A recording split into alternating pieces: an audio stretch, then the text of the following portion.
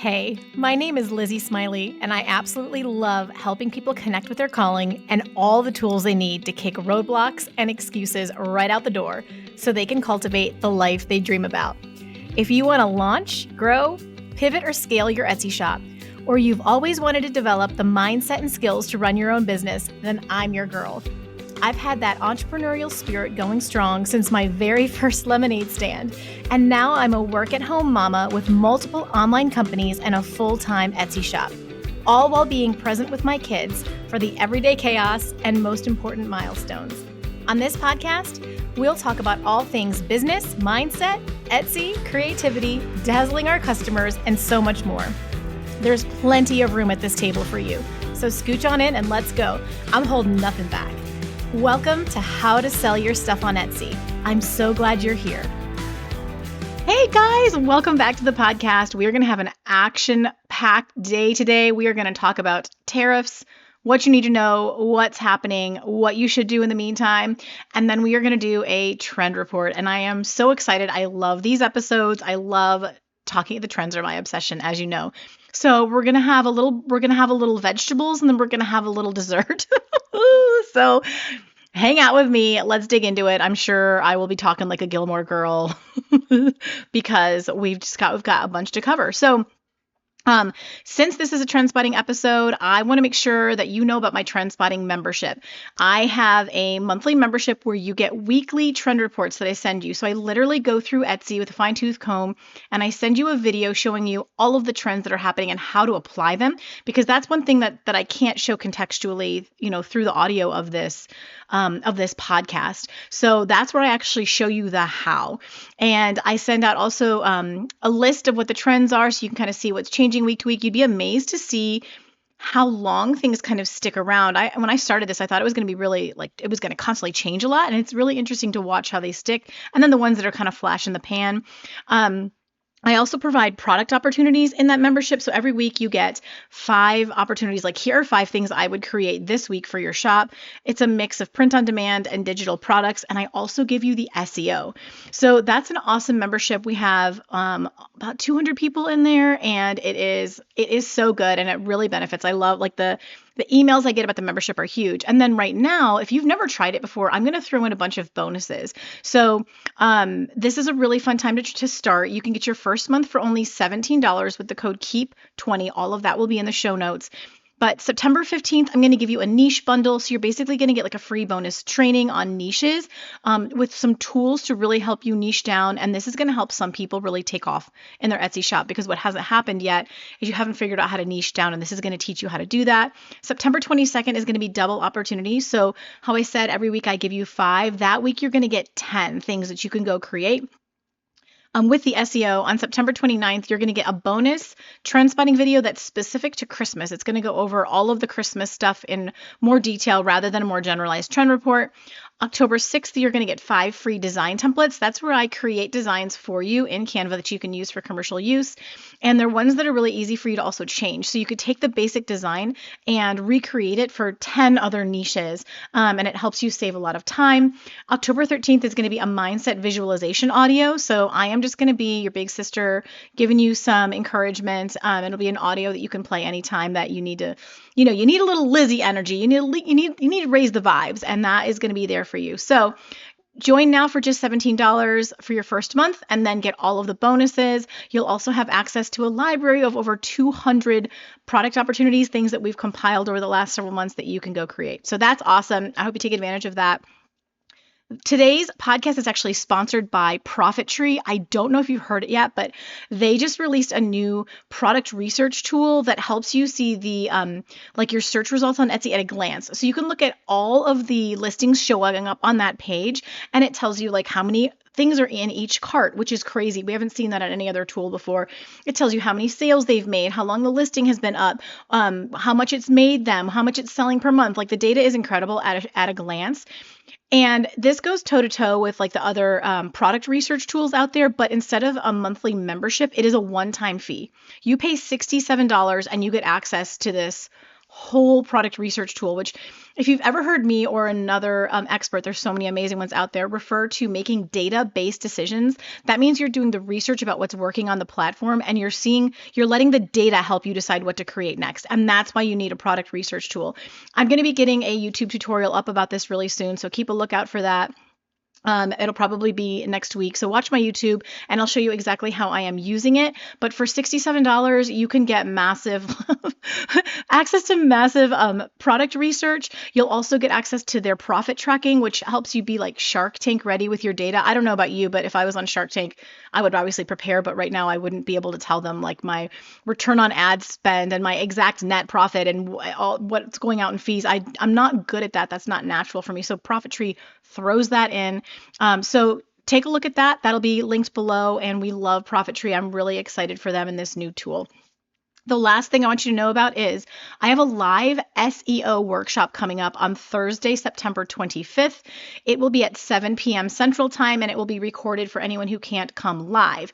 So if you and your Etsy shop are not getting views, your views are really low, or they're inconsistent, it is an SEO problem. It means that people aren't finding you, and that means that this workshop is for you. I'm going to do an hour of teaching on exactly how I find the best SEO, how I write my titles, tags, and descriptions, and we're also going to spend 30 minutes doing some shop audits. So if you've been looking for some personalized help, that was a really popular thing when I did it earlier in the year. And this will be live and it will not be available for purchase after the fact. So you're going to want to grab this if you need SEO help. Right now, early bird pricing it's 50% off. It will go up on September 9th. So hopefully you're hearing before then, but either way, I'm keeping this very affordable. I hope you can join me for that, or at least grab the replay, which will be up right away. So, okay, those are my announcements. Gosh, I did that pretty quickly and it's exciting. There's like really good things happening right now, really amazing resources to help you. You know, this is the time of year where even if you're just starting now, don't like wait till January. Don't be like, oh, I'm too late. No, like I can't wait for you to hear Preston's story next week on how literally we talked in November and he blew up even in that last 2 months. He like doubled went from 100 sales to 200 sales in like a 1 month period because of this time of year. So let's get you the training you need. Let's get you the resources you need. Like, I mean, the way I am giving you the biggest hug right now, this is going to be a massive Q4. So we're going to talk about tariffs for a few minutes and then we'll get into the trend report. You ready? I am not. Let's do it anyway. So first of all, tariffs, what's happening? You've probably heard rumblings. So first of all, I do need to give a legal disclaimer because I am not a legal professional and I want to make sure you know that this isn't legal advice. I'm just going to share what I've like been reading on mostly on the Etsy tariffs page. There's obviously news articles. I'm not bringing that into this. I just want to give you what's relevant to us and let you know that if you have any questions, you really need to consult a legal professional. That's even what Etsy is recommending in a lot of cases. So this is just from the Etsy Seller Handbook. This is for information purposes only. I also have some information from Printify for my print-on-demand sellers. So not intended as legal advice. Also, even if it was, like Paige Hulse would tell you, this is changing constantly, like daily. So keep the links that I'm going to provide in the show notes to the Etsy Seller Handbook and then Printify's info page, because as it evolves, you're going to want to keep track of it, keep an eye on it, and see what regular updates are happening. Let's like really break this down because this isn't vernacular that we use every single day. Let's start with what is a tariff in case you're just like, I'm so not just even there, Lizzie, and I get it. I'm with you, girl or boy. So a tariff is a tax. It is a tax on goods that are imported from one country into another. So they can be really broad and there's just tariffs for everything that comes like into the United States, for example, or they can be really specific. So sometimes there's different taxes on different types of goods, like maybe tobacco or coffee versus clothes and jewelry. It would be a different type of tariff. Typically, tariffs are set as a percentage of the total item value. So they're saying, okay, this item is $100. The tariff is going to be a percentage of the 100 that'll be taxed on top of it. So on August 29th, 2025, the United States suspended something called the de minimis or duty-free threshold. De minimis is just a fancy Latin term meaning duty-free. And all it means, what you need to know is that there used to be a special waiver where shipments that were under, I think the number was $800, they didn't have to pay the tax. There was just a waiver. It was small. No one wanted to deal with the hassle. But now even those small shipments have to pay the tax. And so what this means is that if you're shipping to the United States from another country, this new tax will be applied to your shipments. Whereas before it wouldn't have mattered, right? How many Etsy sellers are shipping packages that have a value over $800? So it'll matter if you're outside of the United States shipping into the United States, or if you are a seller in the United States who sources materials from other countries, this will likely affect the cost of goods to you. So whoever is sending you those things will probably have to, they may eat it, but they'll probably have to charge more for this extra tax that they're going to have to pay. If you live in the United States, you source goods from the United States, and you ship only in the United States, this should not affect you at all right now. So if any of it feels really overwhelming or anything like that, like when I was doing my signs, I had such problems when I would try to ship internationally because they were so large that I only did the US. I even had problems shipping to Canada, and I love my Canadians so much, but it was like I wasn't doing them a good service because I couldn't get the product to them properly at the time, because they were so big and they just kept breaking going that far. So you can just, if you're in the US, you can just do US stuff. If you're outside of the US, this is going to affect you more. So here's the best way to handle this right now if you're shipping to the United States from another country. Etsy is suggesting, and I agree with them, use a delivery duty paid, or there's an abbreviation, DDP, shipment provider. This is, some of our standard providers, I'll tell you in a second, they let you prepay the tariffs to avoid your customers getting an extra charge after the transaction, because that's where it gets really sticky. So when you order your shipping label, you'll be able to prepay the tariffs. Right now, FedEx and UPS are examples of DDP shipment providers. USPS, or the United States Postal Service, is not set up for it yet. So I don't know about you, but I shipped everything pretty much USPS depending. And so that's going to cause problems. You're going to want to switch for now to FedEx or UPS. Also for international folks, on the Etsy seller handbook page, there is a list of other shipment providers because I think it could affect other countries as well and what you have access to. There are others, but I know for sure right now, United States Postal Service is not set up yet. So Etsy is strongly encouraging sellers to make the switch right now. Or you could really run into some issues with upset customers getting charged to receive their package and shipment, and or what they'll do is a lot of times they'll refuse it altogether, and so you as the seller really lose out. And so we're just looking out for you. So the other thing that we should all be prepared for and prep our customers for are possible shipping delays, especially for goods coming into the United States from another country, because customs is going to be swamped as they navigate this. I don't think there'll be crazy delays in just normal domestic shipment, but I can't guarantee that, of course. Who knows? All of this could backlog. I mean, they may have to reallocate, I'm sure, labor. It could cause some delays everywhere, but especially if you're getting anything from another country. And those of us who shop on TikTok Shop or Amazon, things like that, should keep this in mind as well, because we might see a price increase and or we might see delays on anything coming. So it could say, oh, you'll have this in 5 days, but it turns out if it's actually coming from overseas, they can't accomplish that anymore because it's going to get held up at customs. So setting expectations is great. For my print-on-demand sellers, I took a look at Printify's information on this since they're the provider for the majority of us. And again, this is going to affect shipments coming to the United States from other countries. So ideally, you have your Printify set up to designate that the product ordered is going to be made and shipped in the same country that's closest to the customer. So a lot of times, if you're in the UK, for example, and you sell to the United States, you should be able to use, tell your Printify to only use US printers, right? So it would help you avoid the problem. But there are going to be some products where that's just not an option. Some places that's not an option. So here's the great news. Printify is on top of it. I'm actually super impressed. They're automatically switching all shipping to the DDP providers that charge the tariffs up front. And for now, they're covering the cost as well. So literally, thank you, Printify. You're not going to have to worry about anything right now. They're going to take care of it for you. But seriously, if ideally you want to have your Printify set up for the product to be made, created, and shipped within the country that it's selling into, in any case you can. And if you're selling in the United States, that should be very easy. Also, I want to just say, I don't think Printify is going to be able to eat this forever. I think you should probably expect a price increase. They're probably watching to see what's going to happen though, because this could just be very temporary. This whole the de minimis thing could come back. I think it's all very much in flux. So that's what we got there. Links with more information below. Keep an eye on it, but I thought it would be really helpful just to give you, because I mean, I don't know about you, but until I went and looked at it, I stay away from the news because I am someone who sometimes deals with anxiety. And when I worry about what the entire world, I literally can't function with when I see what the world is doing. So if you didn't know, there's your little breakdown. I hope I kept it really simple. More information below.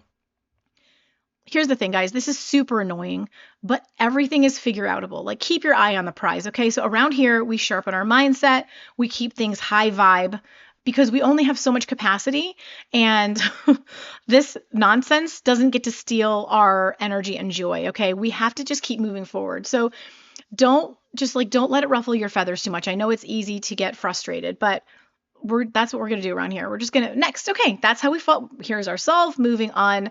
We're going to put our energy into delighting our customers and lining our bank accounts for right now. So let's talk about fall trends because that is way more fun. And Etsy has not published a new trend report. So, okay. I think actually they may have not done one last fall as well. So we're going to actually chat about the Pinterest fall trend report, which wasn't very long, but had some really interesting insights. And then I'm going to share what I'm seeing on Etsy because, as you know, I literally do a weekly trend report. Like, this is my obsession. So I've got plenty for you. I will link the Pinterest trend report down below for you as well. Let me take a sip of coffee. Okay, now I'm ready for round two. Man, I'm cruising. I think, man, this can be a short episode. That's a little shocking. I know. I say that and then I always lie. But so first of all, this will be relevant to absolutely everybody selling anything on Etsy right now. Let's talk about the colors of the season. I don't know if you've noticed this. It's been really fun to kind of watch and see what's happening in the stores if you go out at all. But the biggest color of the season, and it really has been all year, is chocolate brown.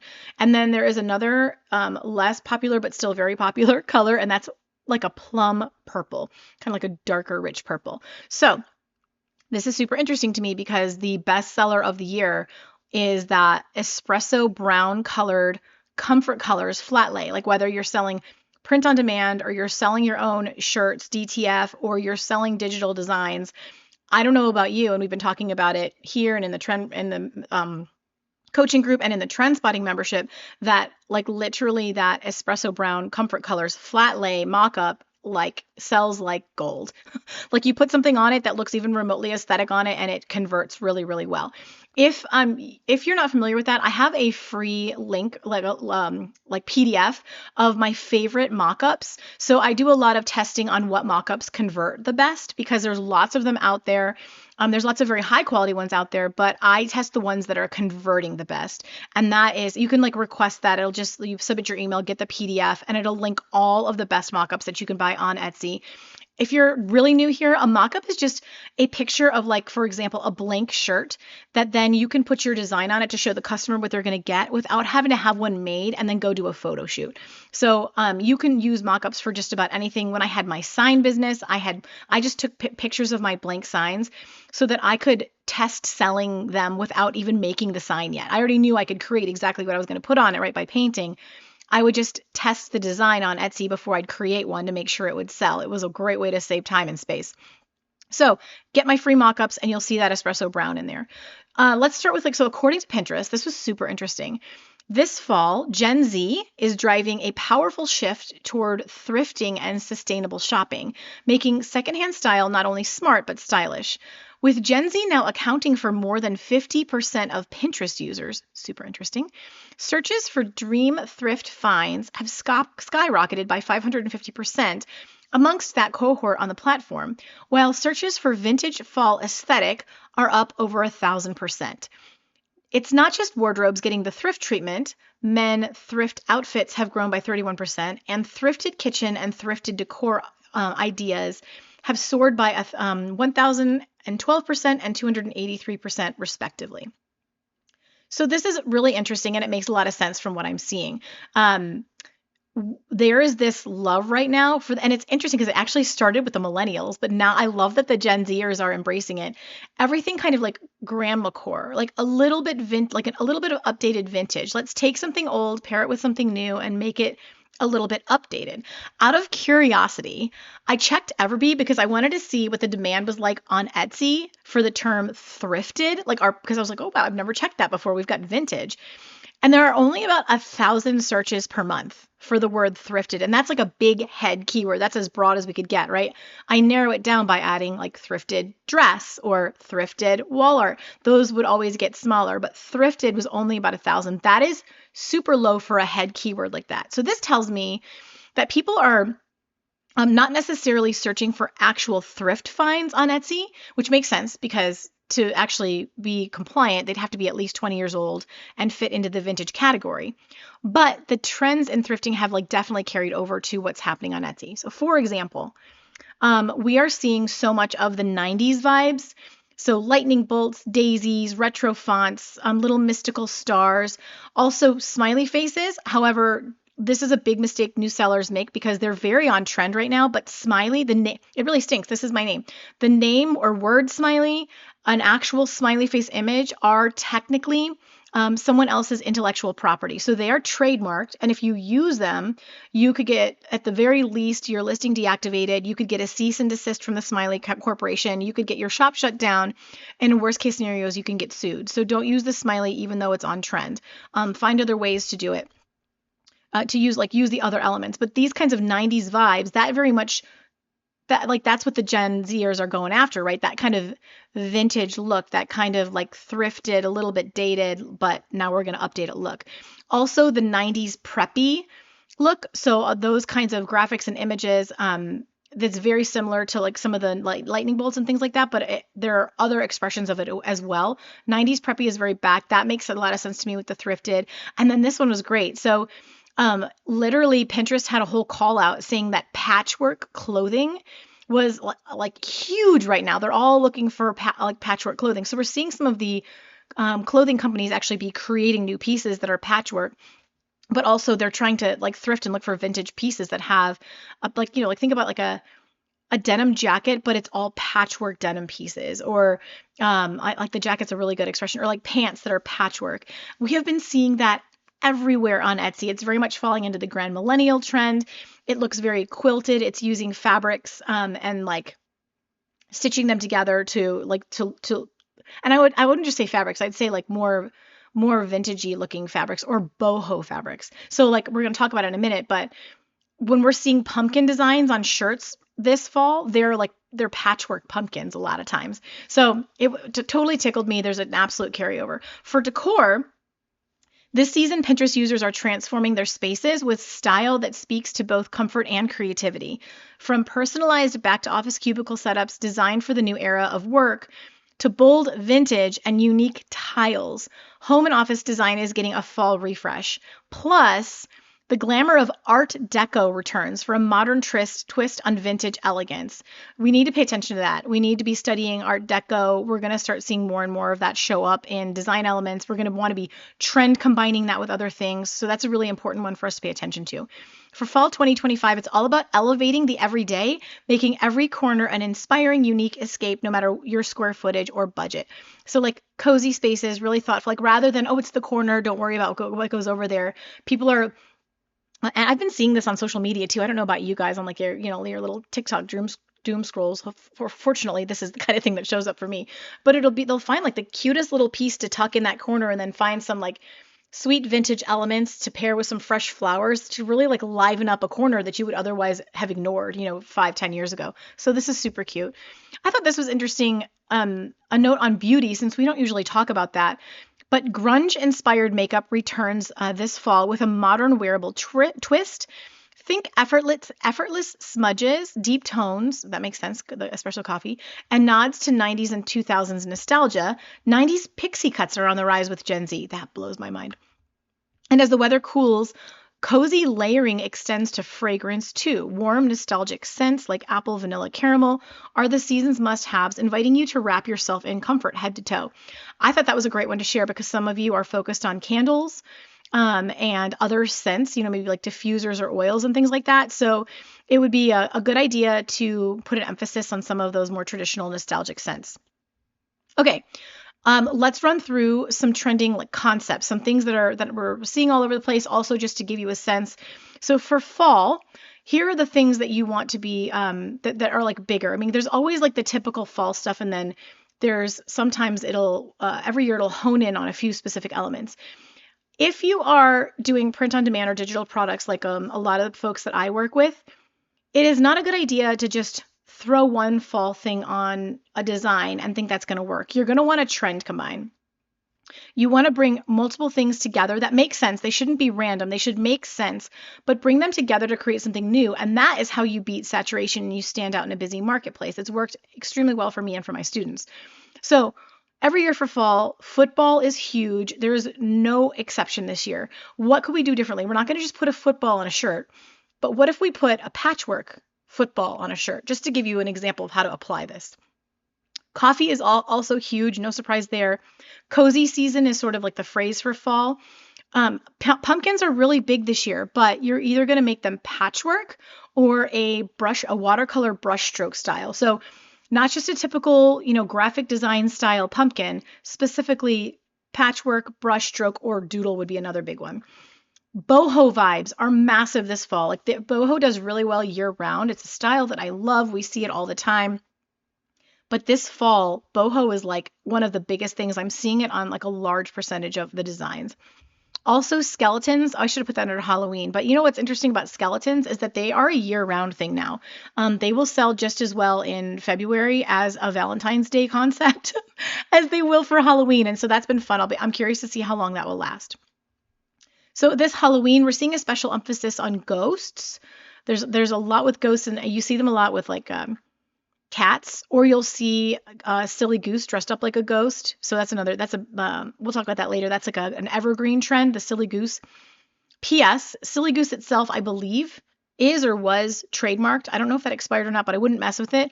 So always have a nod to the silly goose trend, but you're going to want to tweak it. You're going to want to make it like, so for example, we'll say, I saw a shirt that said got too silly and it had like a goose doing something goofy on it. Oh no, it was in prisons, a prison cell. So it had like prison bars in front of it, got too silly. So don't actually say silly goose, do other twists on it.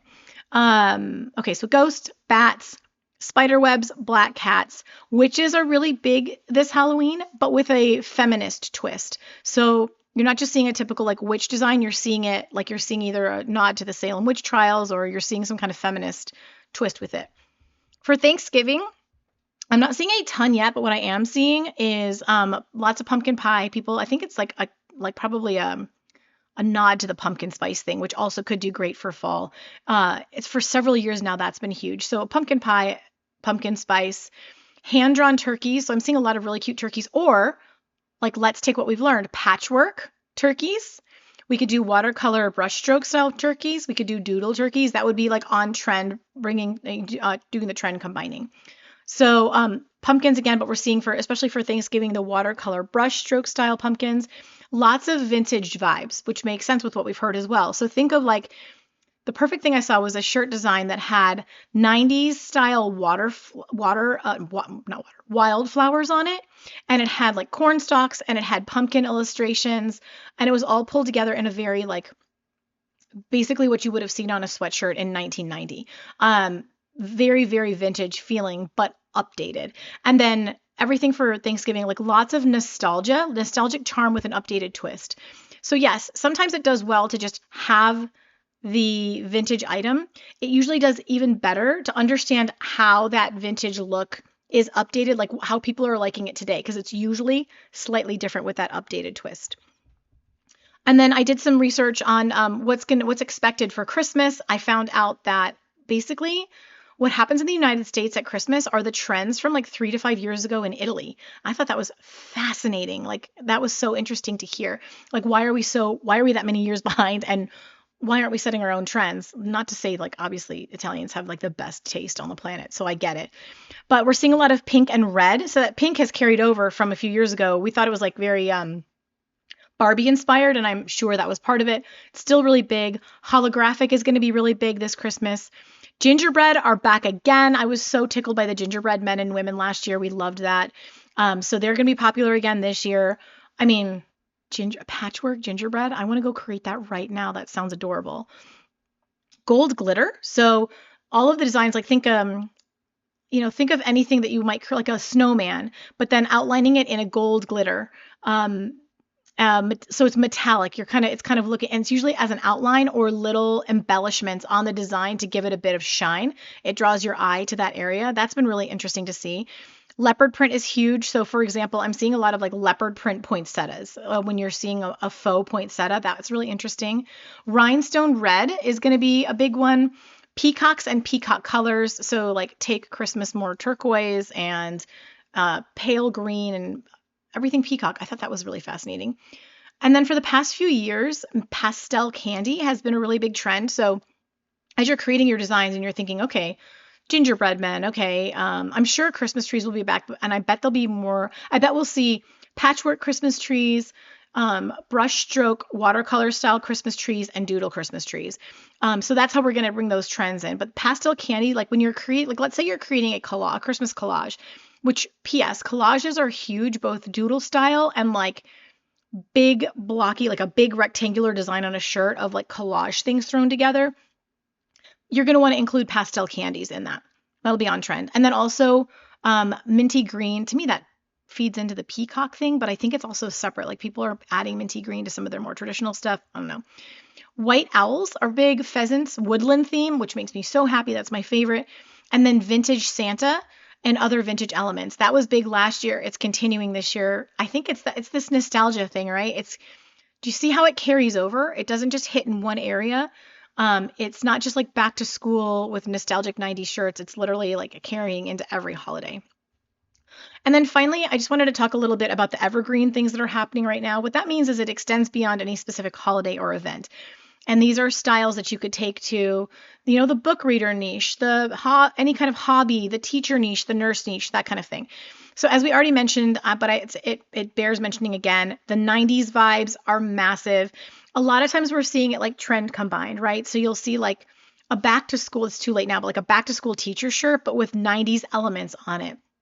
And that's how, I never mentioned the other big one for 90s is like checkers, black and white checkers, or you'll even see it in like pink and white. You'll see them kind of veer off with the colors of the checkers, but they're huge. I can't believe I forgot to mention that. Well, there you go. Hopefully you stayed this long to hear that.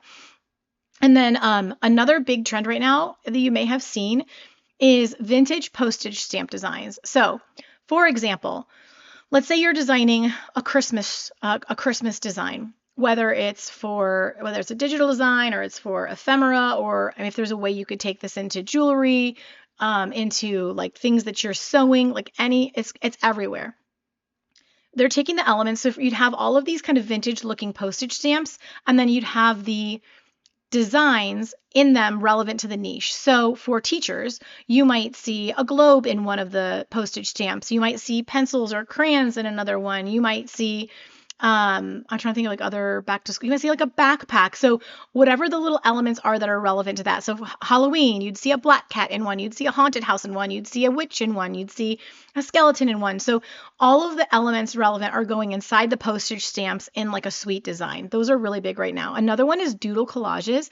So like I was just talking about those big collages, we're seeing like some that are all monochromatic, so one color, and all doodle elements that kind of all work together. Like I don't know, like we would have sat in grade school and doodled on our paper in one design, and it literally like looks like that. It's absolutely adorable. I actually recently did a YouTube video on how to create these with AI. I've like tested a bunch of different art generators and found one that'll create a gorgeous doodle collage for you. So if you want to check that out, I'll put it in the link. I'll put the link below as well. And then the next evergreen one is like brushstroke or watercolor elements. So if you've been here for a while, and this is still around too, you heard about the brushstroke, which was like these big swatches on a shirt.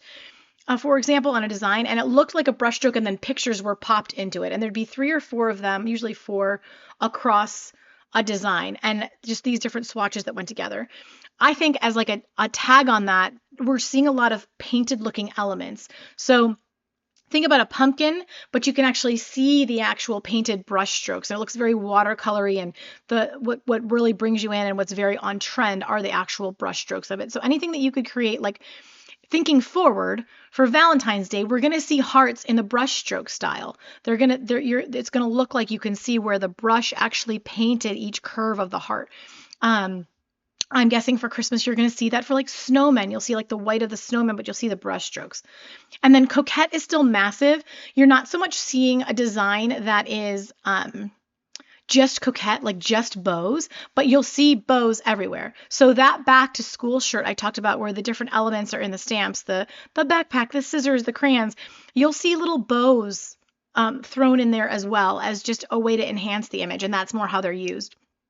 And then, of course, I have to mention again, patchwork quilted grand millennial. It's not just for the holidays. You would totally see it like in the bookish niche. You would totally see it in the nurse niche. You'll be seeing that everywhere.